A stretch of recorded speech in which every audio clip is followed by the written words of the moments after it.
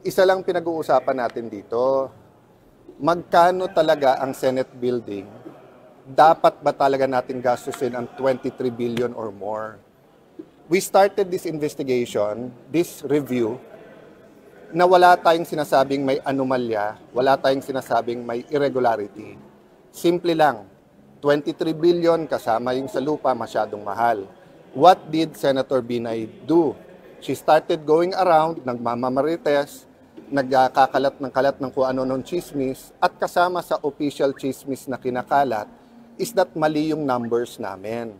She can correct it anytime. And let me address this to her now. Senator Nancy, linawin na lang natin tong lahat.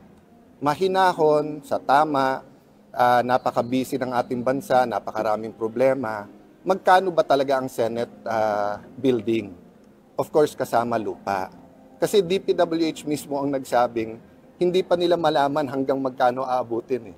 DPWH mismo nagsabi, hindi pa tapos lahat ng plano. DPWH mismo nagsabi na 21.7 billion so far. So far. And Senate Finance na nagsabing mahigit 1 billion yung lupa. So 23B.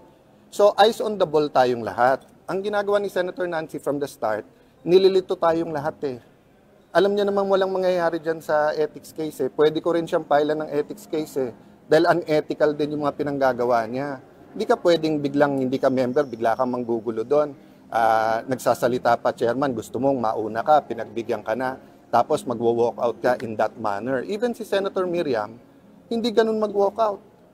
'Di ba? Meron siyang pasubali sa chairman or whatever. Pero anong mangyayari kung kakasuhan ko rin siya sa ethics, 'di ba? Although that's always an option, papasok ako doon sa ginugulo lang niya. Balik tayo sa issue. Bakit 663 million sa landscaping alone? 'Di ba? Bakit mahigit 2 billion sa broadcast at saka sa IT at security? So, wala pa kaming tinuturo dito. So, hindi ko talaga alam bakit ganyan siya mag-react, no? So, if she wants a mahinahon na usapan, so, Senator Nancy, you're welcome sa next hearing. If you want time to speak, you want 30 minutes, you want 45 minutes, sabihin mo. Pero sumunod tayo sa rules and order. Pero yung guguluhin mo yung hearing, I won't take that sitting down. Diba? I won't take that sitting down.